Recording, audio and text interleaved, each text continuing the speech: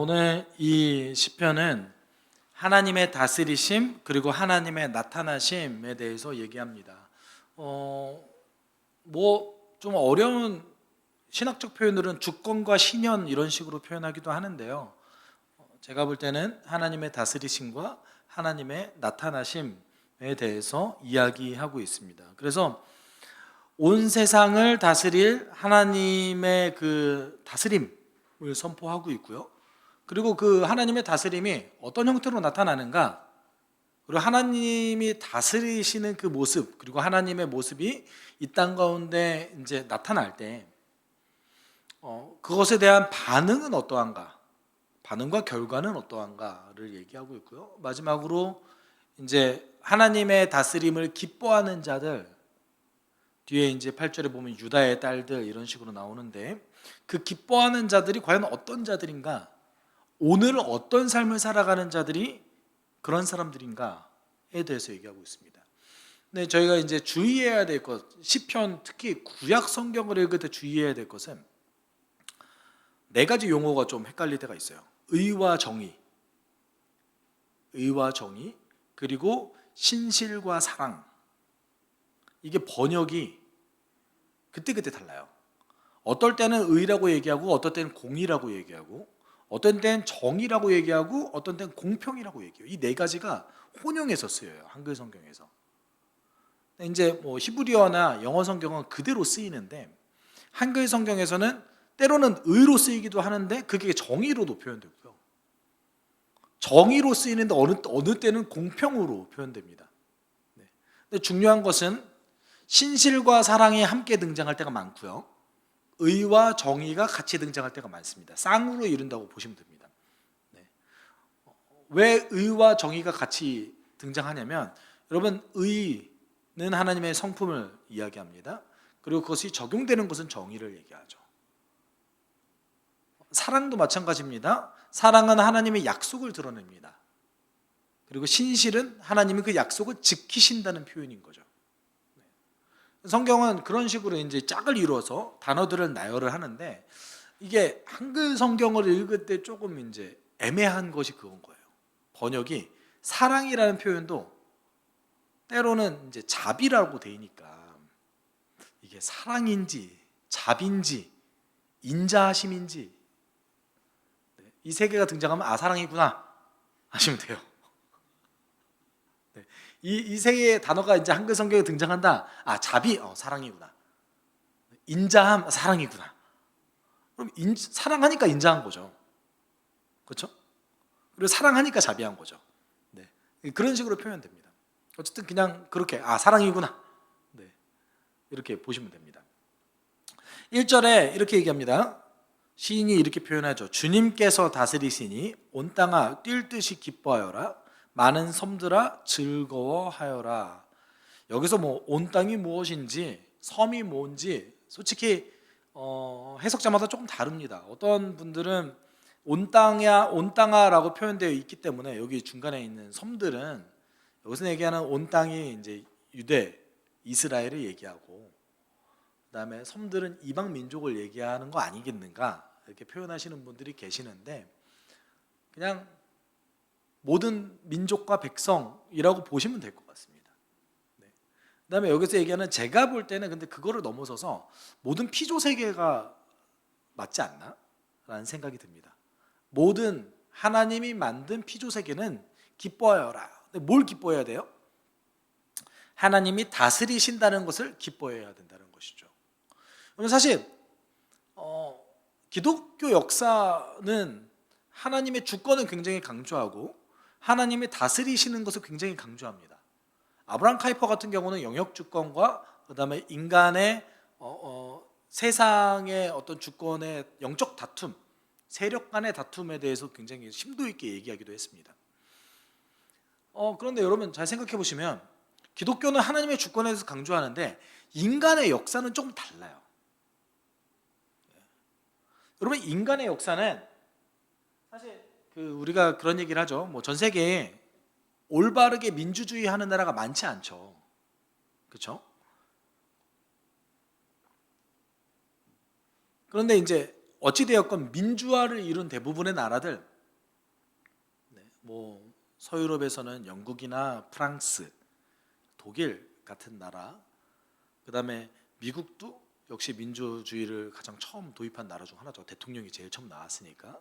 그리고 대한민국, 이런 경우를 놓고 봤을 때 뭐를 위한 투쟁이 반드시 있죠? 자유를 위한 투쟁이 있습니다. 반드시 권력자를 향해서 어떤 투쟁을 해요. 그래서 굉장히 많은 사람들이 죽임을 당하는 역사들이 있습니다. 영국도 그랬고요, 프랑스도 그렇고, 독일도 선거 한번 잘못했다가, 민주주의 한번 잘못했다가 어떤 일이 벌어졌습니까? 여러분, 나치당이 히틀러가 투표로 뽑힌 사람이잖아요. 그렇듯이 온전한 민주주의를 이루기 위해서 엄청난 대가를 치러요. 근데 그 투쟁들이 대부분 뭐냐면 자유와 나의 권리를 쟁취하는 거예요. 권력자를 내 손으로 뽑겠다. 권력자가 문제가 생겼을 때 국민의 손으로 언제든지 끌어내릴 수 있는 그런 시스템을 만들겠다라는 투쟁의 역사였던 거죠. 적어도 근대 이후부터 현대까지 선진국이라고 불리는 나라는 이 역사를 거쳐왔습니다. 이 역사를 거쳐왔어요. 다르게 얘기하면, 솔직히 말하면 여러분, 가장 탁월한 지도자가 그냥 독재하는 게 제일 좋은 거 아닙니까, 원래는? 아닌가요?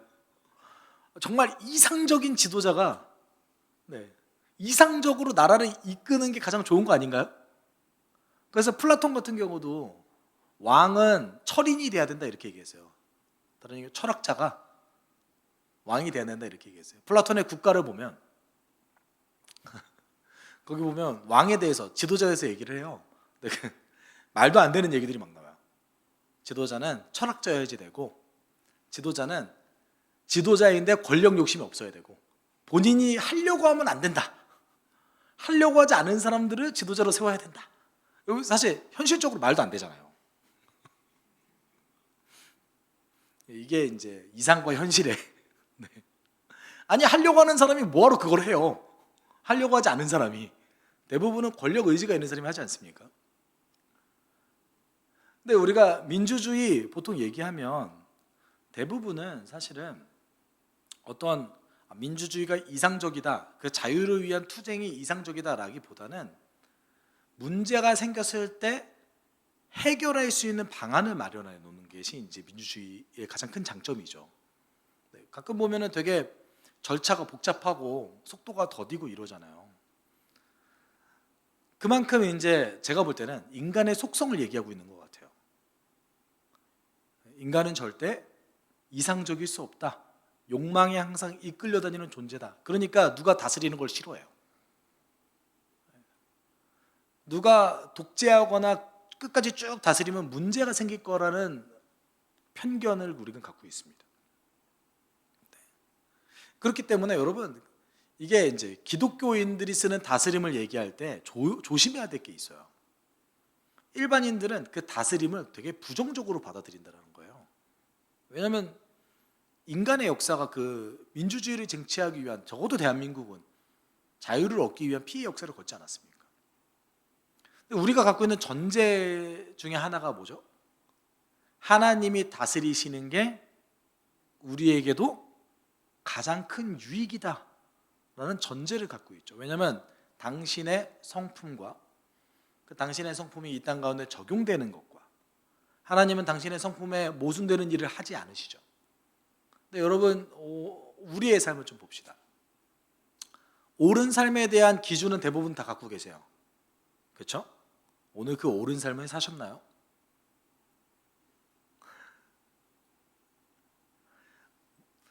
되게 뭐라고 해야 되나요? 여러분만의 가지고 있는 이상적인 그리스도인의 삶에 대해서 여러분이 꿈꾸는 게 있으시죠? 쉬우시던가요? 우리 사랑에 대해서 얘기해 봅시다. 사랑은 오래 참고, 어떻게 오래 참지? 사랑은 온유하며, 사람은 성내지 아니하며, 시기하지 아니하며. 어떠세요? 사랑을 하라는 건가? 우리 인간이 그만큼 모순적이잖아요. 그렇기 때문에 하나님이 다스리시는 게 우리에게 가장 큰 유익과 가장 큰 즐거움이다라는 것이 우리의 전제죠. 그렇기 때문에 하나님이 다스리시니까 우리는 기뻐해야 된다. 시인이 이렇게 얘기해요. 근데 하나님이 다스리심이 나타나는 모습이 좀 2절부터 표현이 특이합니다. 구름과 흑암이 그를 둘러싼다. 정의와 공평이 그 왕자의 기초다. 여러분, 구름과 흑암이 하나님을 둘러싼대요. 이게 어떻게 좋은 표현으로 느껴지세요? 좋은 표현으로 느껴지세요? 뭔가 하나님을 악의 세력들이 이렇게 막고 있는 것 같은 느낌이 들지 않으세요? 네. 구름과 흑암이 그를 둘러싸고 있대요. 근데 이 표현이 여러분 잘 보시면 원래는 구름과 흑암이 하나님과 함께 있다, 하나님을 둘러싸고 있다라는 표현은 신명기에 여러 번 등장합니다. 근데 그것이 왜 등장하냐면 하나님은 우리가 알려고 했을 때 알 수도 없고 우리가 파악할 수 있는 분도 아니시다 라는 것을 표현하는 방법이에요. 그러니까 하나님은 우리에게 있어서 그가 스스로 드러내지 않는 이상 우리는 그를 알 수 있는 도리가 전혀 없다라는 하나님의 초월하심을 이야기할 때 쓰는 방법인 거예요. 그래서 신명기 5장 22절에 이런 표현이 있어요. 주님께서는 이 말씀을 구름이 덮인 캄캄한 산 위 불 가운데서 큰 목소리로 당신 온 총회에 선포하시고 이렇게 얘기합니다. 여기 보면 여기서 얘기하는 구름과 캄캄함, 이게 이제 구름과 흑암인 거예요. 사용하는 표현인 거죠. 뭘 표현하기 위해서? 하나님 위대하시다. 하나님은 초월적인 분이시다. 하나님은 감히 우리가 알 수 있는 존재가 아니다라는 것을 표현하기 위해서입니다. 그러니까 하나님의 나타나심도 역시 마찬가지죠. 우리의 상상을 초월한다. 우리의 상상력을 모두 다 동원해도 우리가 알 수 있는 도리가 없다. 저는 사실 제가 엘리야가 호렙산에서 시내산에서 하나님을 만나는 장면을 되게 좋아하거든요.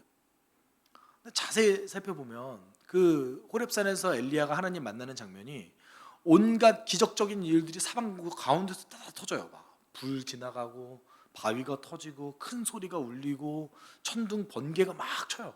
근데 그 가운데 하나님이 없대요. 그러면서 세미한 음성 가운데 하나님 함께 계시다 이렇게 얘기하잖아요. 그러니까 하나님의 등장하는 방식이 우리 같았으면 하나님이 왠지 놀라운 일 가운데 벌어지실 것 같잖아요. 엄청난 일을 하시면서 우와 이렇게 하나님 오실 것 같은데 정말 다 지나가고 언제 오시는 거야? 이러고 있다가 세미한 음성이 하나 터뜨렸대요. 아주 세미한 음성이 들려서 엘리야에게 나타나신 거예요. 엘리야에게 사실 그거 갖다가 말씀하신 거거든요. 야, 너 왜 결과로 나를 판단해? 너가 불덩이 떨어뜨릴 때는 나 있다고 확신했으면서 그 이후에 내가 일은 하고 있는데 내가 일하는 것을 발견하지 못했으면서 어딜 나에 대해서 확신해서 죽여달라고 그러고 있어? 하나님 이렇게 얘기하신 거나 마찬가지거든요. 비슷한 겁니다. 이런 표현 자체가 하나님의 나타나심이 우리가 알 도리가 없다라는 표현인 거예요. 그리고 하나님께서는 그 왕자의 기초가 뭐래요? 정의와 공평이래요. 여기 정확하게 번역하면 의와 정의입니다.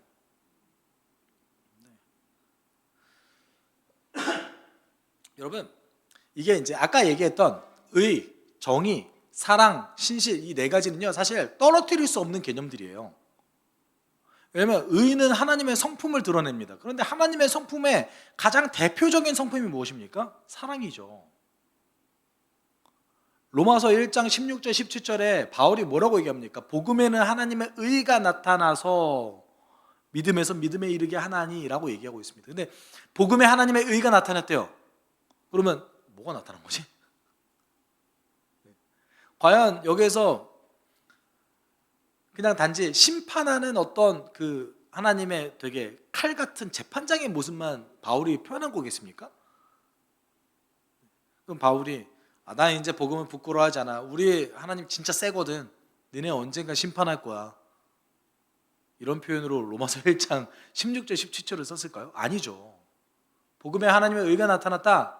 하나님의 사랑이 십자가와 부활에 가장 강력하게 나타났으니까 그 복음의 능력이 있다. 나 이거 자랑할 거야. 나 이거 부끄러워하지 않을 거야. 그러니까 이거를 받아들이는 자는 살 거야. 이게 로마서 1장 16절 17절이죠. 그러니까 의와 사랑, 정의와 신실, 이거 구분하기가 쉽지 않습니다. 하나님의 그 다스림과 왕좌의 기초가 뭐래요? 정의와 의래요. 의와 정의래요. 오늘 표현으로는 정의와 공평이라고 표현하고 있습니다. 하나님의 성품이 이 땅 가운데 다스림으로 나타나는 것, 이것이 하나님의 왕좌의 기초라고 얘기합니다. 그리고 또 한 가지 이제 이런 표현이 있어요. 여러분, 이런 표현이 사실 자주 등장하는데 시편 89편 14절에 이런 표현이 있죠. 여기도 의와 정의입니다. 사실은 정의와 공정이 주님의 보좌를 받들고 사랑과 신실이, 여기 얘기하는 사랑과 신실, 이게 자비와 신실이에요. 여러분, 옛날 성경에는 다 자비로 번역됐습니다. 네. 자비와 신실, 사랑과 신실이 주님의 시중을 두며 앞장서 갑니다. 여기서 이 네 가지 개념이 다 등장한 겁니다. 의와 정의, 사랑과 신실. 하나님은 자신의 성품을 기초해서 이 땅을 다스리시고, 하나님은 사랑하셔서 약속하셨고 그 약속을 사랑하시기 때문에 지키십니다. 이런 뜻인 거죠. 그 나타나심에 대해서 이제 계속해서 설명합니다. 근데 이제 3절부터 5절까지는 아주 기이한 일들이 계속 일어난다라는 것을 표현하면서 6절에서 이렇게 이제 하나님의 나타나심과 다스림에 대해서 이제 얘기하죠. 하늘은 그의 의로우심을 선포하고 만백성은 그의 영광을 본다. 하나님의 다스림이 나타났을 때, 하나님의 그 모습이 나타났을 때, 이랬을 때 만백성이 그의 영광을 본다고 얘기하는 거죠. 그러면 결과가 어떻게 될까요? 하나님 다스림이 나타나면 어떤 결과가 일어날까요? 여러분, 우리 상상을 좀 해볼까요? 예수님이 지금 오세요. 우리 눈에 볼 수 있게 오세요. 이제 새하늘과 새 땅이 열리고 하나님 나라 완성됐어요. 어떤 결과가 벌어질까요? 여러분, 좋으세요? 싫으세요? 속으로 내가 들어갈 수 있을까? 이런 생각하고 계시는 거 아니시죠? 네. 나 정말 들어갈 수 있을까? 나 진짜 오늘도 산 거 보면은 마음속으로 내가 욕하고 막, 나 같은 사람이 들어갈 수 있을까?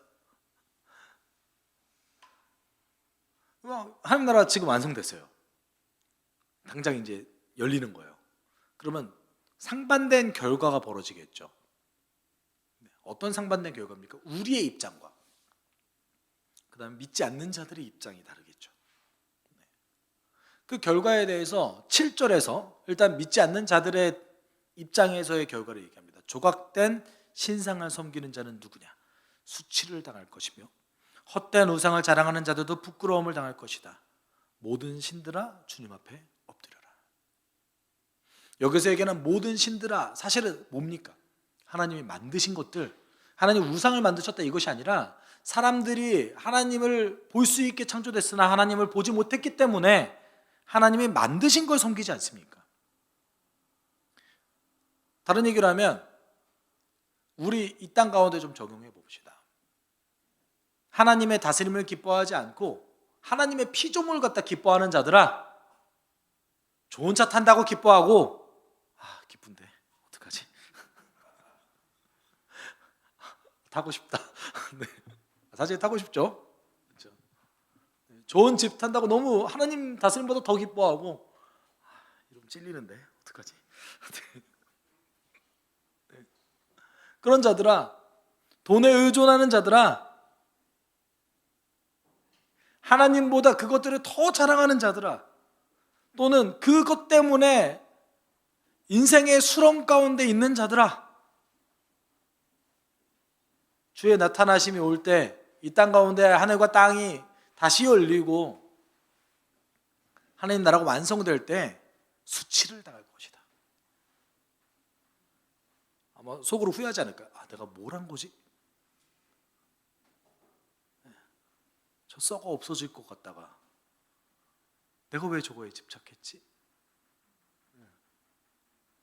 사실 현대사회가, 저는 정말로 그렇게 느낍니다. 저 스스로도 그렇게 느낍니다. 그 도파민에 중독된 삶을 살아가는 것 같아요. 점점 더 젊을수록 자극이 없으면 살 수 없는 시대. 가끔 여러분 그런 생각 안 해보세요? 아, 스마트폰을 좀 없애고 싶다. 2G로 바꾸고 싶다. 그러면 이제 항상 머릿속에 걸리는 거죠. 있잖아요. 핑계 대는 게. 그래도 채팅 카톡방이 있으니까 교회 카톡방은 살려놔야지. 인터넷 뱅킹 정도는 해야 되지 않겠어? 사실 안 해도 되는데. 네이버 페이브 쓰면 되죠. 여러분, 저는 가끔 그런 생각을 합니다. 가끔 이제 스마트폰 얼마나 썼는지를 확인해 보면 깜짝 놀래요. 이렇게 썼다고? 정말 우리가 만들어진 피조물에 집중하는 삶을 살아가고 있어요, 사실은. 근데 그래서 예수께서 오신 거죠. 우리는 그거에만 집중하니까, 그걸 벗어날 수 없는 존재니까 그거에만 집중하는 거죠. 여러분이 평생 겸손하실 수 있으실 것 같으세요? 제가 이번 주 성탄절 그 설교 때 겸손에 대해서, 그리스도의 겸손에 대해서 설교를 했는데, 우리가 그거 할 수 있으면 예수께서 안 오셨죠. 언제쯤 우리는 겸손을 배울 수 있을까요? 제가 느끼는데 겸손한 척은 할 수 있지만 진짜 우리가 그리스도의 겸손을 닮아서 살 수 있을까 고민해 봅니다. 비교하지 않을 수 있을까? 누군가를 보면서 어떨 때는 우월감을 느끼고, 또 나보다 뛰어난 사람을 보면 비참함을 느끼는 이 양가 감정에서 벗어날 수 있을까?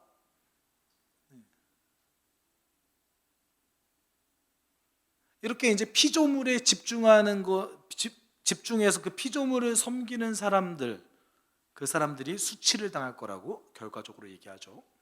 그러면 반대 입장, 믿는 자는 어떤 결과를 맞이할까요? 8절 이렇게 해야죠. 우리 같이 좀 읽어볼까요? 주님이 공의로우심을 시온이 듣고 즐거워하며 유다의 딸들이 기뻐 외칩니다. 뭐래요? 즐거워하고 기뻐한대요. 즐거워하고 기뻐한대요. 왜 그럴까요? 물론 여러분, 이 땅 가운데 주의 나라가 성취되고 예수께서 다시 오시고 그러면 당연히 막연하게 기쁘겠지라고 생각할 수 있을 것 같아요. 근데 여러분, 주의 다스리심을 기뻐하는 자들은 왜 하나님 나라 완성을 소망하고 기뻐합니까?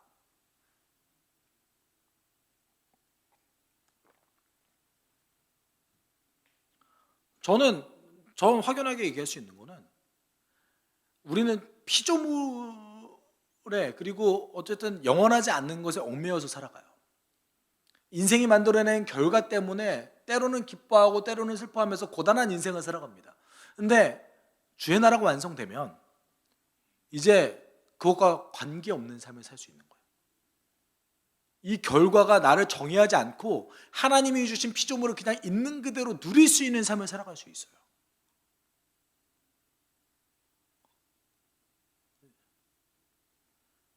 우리 사실 어쩔 수 없는 그 모순점이 있지 않습니까? 항상 우리를 힘들게 하는 구조들이 있잖아요. 항상 기뻐하라, 쉬지 말고 기도하라, 범사에 감사하라. 어떻게 항상 기뻐하지? 기쁘지가 않은데.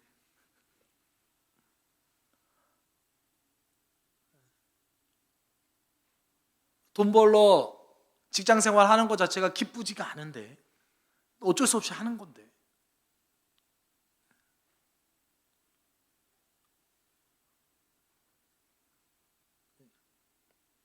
제 고등학교 동창들이 저한테 부럽대요. 그 친구들이 제 월급은 모르거든요. 제가 얼마 버는지는 몰라요. 부럽대요. 그래서 뭐가 부럽니? 이렇게 물어보면, 야 너는 고등학교 때 네가 적어도 장래 희망대로 됐잖아. 아, 그게 부럽구나. 그리고 이제 제 연봉을 깝니다.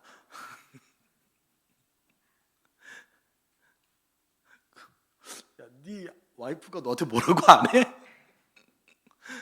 네. 뭐에 부러워하는 거예요? 하고 싶은 거를 하는 거에 부러워하는 거예요. 자기들도 고단하다 이거예요. 나 지금 내가 하는 일 진짜 억지로 하는 건데 진짜 돈 벌려고 하는 거야. 그러니까 우리의 삶, 그러니까 이제 조금 더 자극적인 거, 그냥 쉬는 날에 자극적인 걸 찾고 조금 더 쉬고 싶고 이런 거죠. 근데 이 굴레에서 우리는 벗어나면 알기 때문에 기뻐할 수 있는 거죠. 정말 기뻐할 수 있는 거죠. 그런데 중요한 것은, 그러면 여기서 얘기하는 기뻐하는 자, 여기서 얘기하는 시온, 유다의 딸들 어떤 자들이냐 이거예요. 오늘 어떤 삶을 살아가는 자들이 하나님 나라가 완성됐을 때 그의 다스림과 그의 나타남을 기뻐하는 자들이 도대체 어떤 자들이냐 이겁니다. 10절에 이렇게 얘기해요. 좀 같이 읽어볼게요. 주님을 사랑하는 사람들아, 너희는 악을 미워하여라. 주님은 그의 성도를 지켜주시며 악인들의 손에서 건져주신다. 어떤 사람이래요? 주님을 사랑하는 자, 악을 미워하는 자.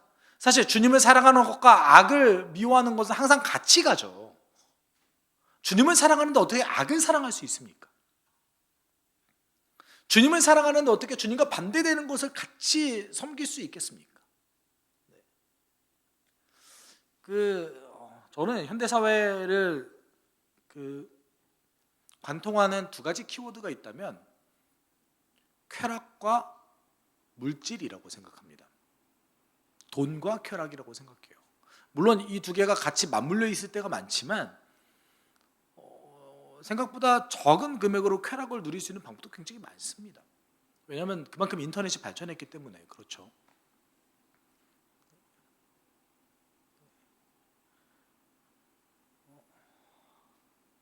근데 이제 점점 더 모든 컨텐츠가 자극적으로 변해가는 세상 속에서 이제 저는 악한 것이 보편화돼 가고 있는 세상이 슬슬 조금씩 더 오지 않나? 라는 생각을 좀 할 때가 많습니다. 왜냐하면 여러분, 과거보다 현재가 분노가 더 많아요. 그리고 분노를 참지 않습니다. 정말 안 참아요. 제 체감인지 모르겠습니다. 제 체감인지 모르겠는데 제가 유학을 갔다 와서 사람들이 왜 이렇게 클락션을 많이 누르지? 라는 생각을 좀 했었어요. 아, 얘네들이 왜 이렇게 다 화가 나 있지? 네. 그러다가 제가 운전할 때 저 화 진짜 안 내는 편이거든요. 점점 화가 생겨요. 점점 쟤 왜 안 가? 또 휴대폰 하고 있네 저거. 점점 용납하지 않는 시대가 가고 있고요. 범죄는 점점 악해져만 가고 있고요. 사람들의 생각은 점점 더 이기적으로 가고 있습니다. 사실 여러분, 불성실함과 친절하지 않고 누군가를 냉소하게 대하는 것은 본인의 삶을 갉아먹는 행위잖아요. 지금 잠깐은 좀 이득인 것처럼 보일지 몰라도 정말 중요한 걸 잃어버리잖아요. 누가 그 사람을 위해서 헌신해주고 누가 그 사람을 중요하게 쓸 수 있겠습니까? 사실은 인생의 지혜를만 놓고 봤을 때. 그런데도 불구하고 사람들은 계속해서 악해져만 가고 있습니다. 오늘 하나의 조그만 것도 용납하지 않으려고 하고 있습니다. 제가 이제 제 자녀들이 뒤에 타고 있으면 의도적으로 먼저 양보를 해요. 보미조차 그런 얘기해요. 왜 아빠는 느려?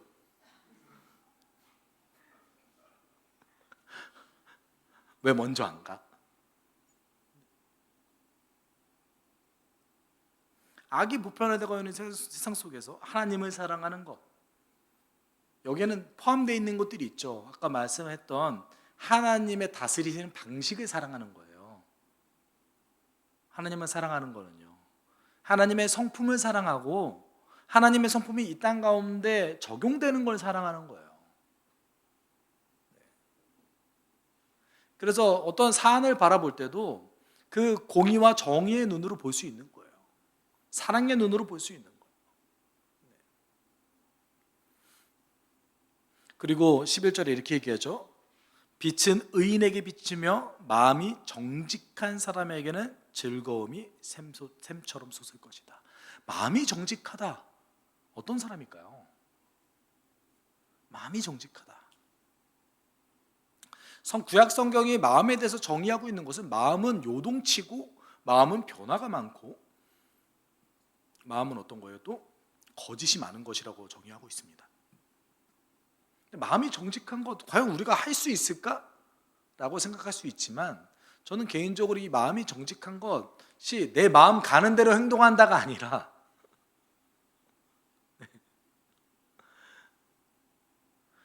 요동치는 내 마음의 기분이 삶에 드러나지 않는 것이라고 봅니다. 저는 오히려 정직한 하나님의 마음을 그대로 적용하려고 노력하는 사람, 그런 사람은 이제 신약적 표현에서는 심령이 가난한 자라고 표현하죠. 마음의 공간에 하나님의 것으로 채울 수 있는 자. 마태복음에 그래서 예수께서 뭐라고 말씀하십니까? 심령이 가난한 자는 복이 있나니 뭐가 저희 거래요? 천국이 저희 것입니다. 당연하죠. 하나님의 마음을 마음속에 채우는 사람이 어떻게 천국이 자기 게 아니게 되겠어요. 오늘 하루를 살아도 내가 하나님 나라가 이미 완성된 것처럼 살아갈 수 있는 거죠. 12절에 이렇게 얘기하죠. 의인들아 주님을 기뻐하여라. 주님의 거룩하신 이름에 감사를 드려라. 그리고 하나님을 기뻐할 수 있는 자, 하나님의 하신 성취를 감사하며 기뻐할 수 있는 자, 그런 자가 어떤 자래요? 오늘 8절에서 얘기하는 시온과 유다의 딸들 같은 사람이라는 거죠. 여러분, 우리가 그냥 단지 현실만 놓고 봤을 때는 이 땅에 악이 되게 보편적으로 깔려 있는 것 같고 분노가 많고 나도 막 그래야 될 것 같아요. 저도 요새 좀 조심하고 있어요. 클락션 누르는 게 좀 더 과격해지고 있어서. 여기 이제 오토바이만 보면 왜 이렇게 저도 모르게 흥분하고 있는지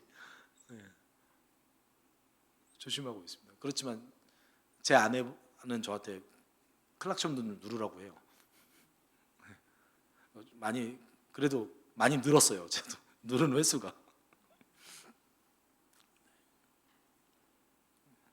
분노가 만연한 세상 속에서 어떻게 나는 주를 사랑할 수 있는가? 어떻게 나는 악을 미워할 수 있을까? 악을 악으로 갚지 않고 선으로 악을 이길 수 있을까? 누군가가 나를 해코지했을 때 어떻게 나는 선으로 되갚을 수 있을까? 제 요새 고민 중에 하나는 또 그겁니다. 사람 챙기는 게 사실 좀 힘들어요. 제 솔직한 심정이 그렇습니다. 여러분은 챙기는 게 힘들다는 게 아니라 찾는 일을 섬기는 게 쉽지 않아요. 가끔은 그런 생각도 해요. 내가 이 친구를 만나서 함께 대화 나누고 커피도 마시고 주에 대해서 얘기하고 대화 나누는 게 의미가 있을까?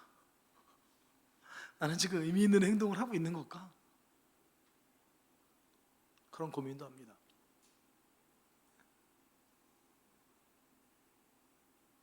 그리고 이제 만나고 돌아와서도 진짜 내 뜻대로 안 되는구나. 네.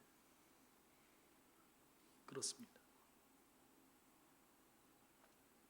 거절당하기 일쑤고요. 목사가 연락하면 부담스러워하고요. 이럴 때는 목사가 아닌 게 좋은 것 같아요. 더 그렇습니다. 나는 속으로는 또 그런 생각을 합니다. 나는 어떻게 언제까지 이렇게 사람들의 반응에 반응하면서 취약하게 살아야 되지? 누군가의 반응에 기뻐하고 누군가의 반응에 슬퍼하면서 살아야 되지 언제까지? 그런 생각도 하게 됩니다. 우리가 현실을 보면 그래요.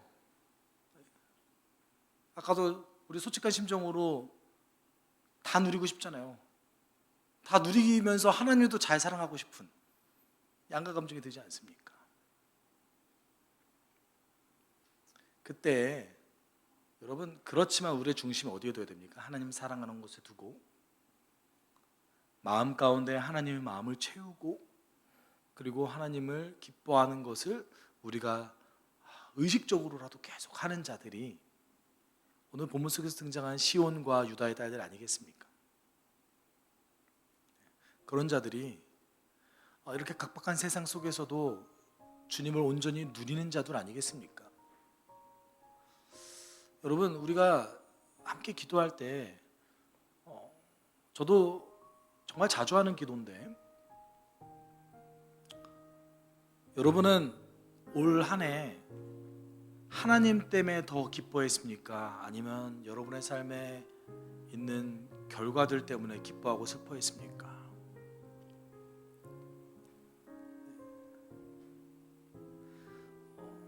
저는 우리가 주 때문에 기뻐할 수 있는 자들 되었으면 좋겠습니다. 주님 때문에 만족할 수 있었으면 좋겠습니다. 내 삶의 결과는 항상 달라질 수 있지만 하나님은 우리에게 언제나 동일하게 다가오시기 때문에 그렇습니다. 그 주님의 다스리심이 나를 지배하기를 원합니다. 그 다스리심이 나의 삶 가운데 나타나기를 원합니다. 우리가 이렇게 함께 기도했으면 좋겠습니다. 함께 기도합시다. 하나님, 우리가 주님의